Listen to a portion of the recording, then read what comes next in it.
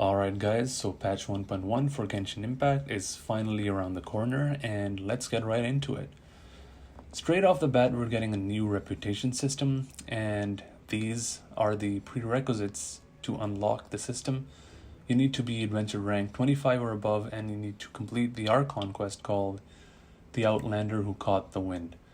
Now basically, what this reputation system brings to us is that once you finish quests for either Leeway or Mondstadt, you get a bunch of reputation points for that particular region.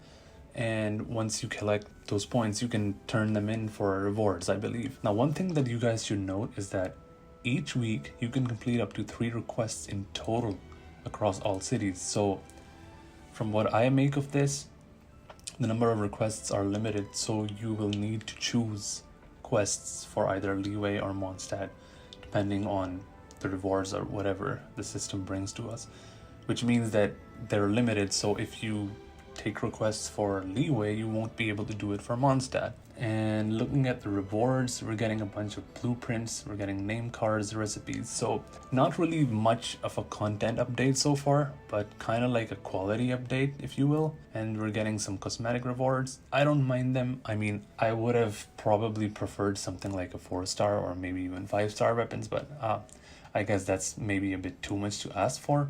This thing is actually going to be really useful in my opinion. So we're getting the Anemoculus Resonance Stones as well as the Geoculus Resonance Stones.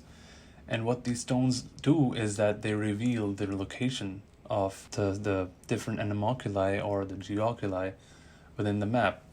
Although at this point, I would like to think that a lot of people have already found all of them. So maybe this won't be very useful, but it's been just a month since the game was launched, and new players are gonna benefit a lot from this because hell, I know how hard it was for me to collect all of my Anemoculus and Geoculus, and I still haven't found all of them. So yeah, I think this is probably gonna be a nice upgrade. So this is the animation of what it looks like when you use it.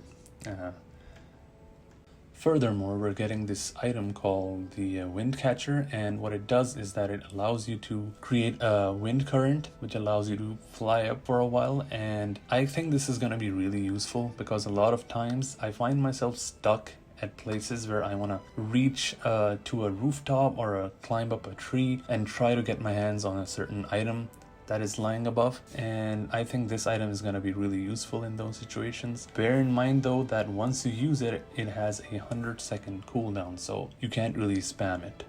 Now the next thing we're getting is known as the Condensed Resin, and this seems to be a really useful feature. Basically it does 2 things. First of all, it allows you to save time. Sometimes if you feel like just draining your resin and doing bosses, instead of doing bosses, for instance, 4 times, you just need to do it 2 times, because each time you kill a boss using condensed resin, you get twice the reward. So you're not getting more rewards, you're getting the same amount of rewards as before, but you can spend twice the amount of original resin in one go with the condensed resin feature. The second thing it does is, in my opinion, even more useful. You basically save resin using the condensed resin feature, and you can spend it on later. Now, this can be extremely useful considering that there are a lot of items that drop only on certain days in domains. So for example, if you're looking for a certain item that is used to ascend your weapon, but it only drops on Wednesdays in a certain domain, but it's not Wednesday. So what you can do is you can save your resin in the form of condensed resin, and you can spend it on later and farm all the materials you need.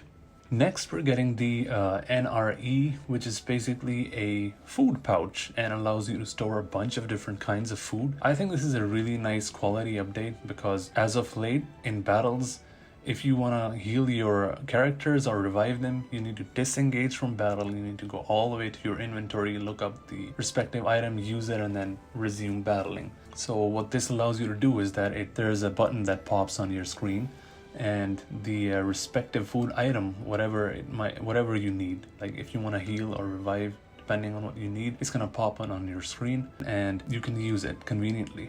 This is basically a portable stove that you can pop up whenever you want, and you can use it to cook food. Now, I mean, it's not like there aren't enough cooking pots available throughout the map to cook food, or at least that's how I feel, but can't complain, I guess. It's still pretty useful to be able to cook food on the go wherever you want. Moving on to the next feature, we're getting a portable waypoint. Now, this is basically a custom teleporter, and I think this is going to be really useful, because right now if you want to get to a particular location, you need to go there on foot, and that can be really annoying depending on the location on the map, because the map is full of mountainous areas and you need to climb all the way up and whatnot. So what this will do is it'll allow you to teleport to particular locations, more specific locations, and yeah, I guess this can be really useful.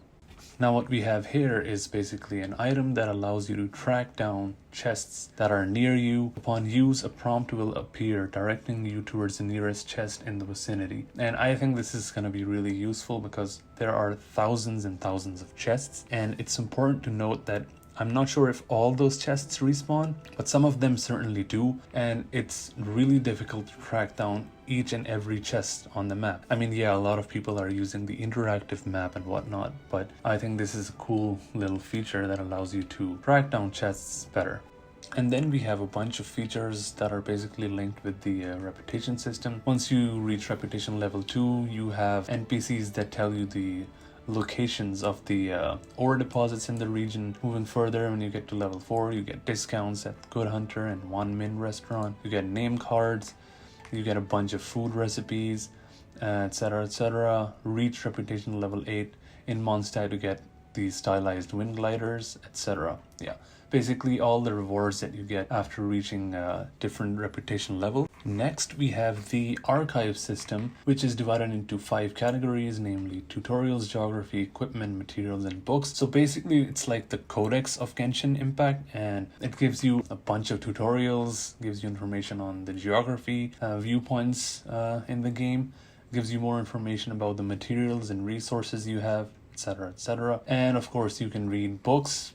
I don't know how many people are interested in that. I personally am. And last but not the least, we have the character archive system, which basically allows you to filter all the characters depending on their attributes, depending on what weapons they use or the element you have. I guess this will be helpful in determining what kind of characters you have when you're trying to build your team. Personally, I don't think this is going to be super useful because I kind of know what characters use what and what element types they have, but nonetheless, I guess it's a nice quality update to have. And yeah, there you have it, guys. Patch 1.1. Thank you for watching, and if this helped you at all, hit thumbs up and consider subscribing, as I will try to make as much content as I can for Genshin Impact. See you guys later.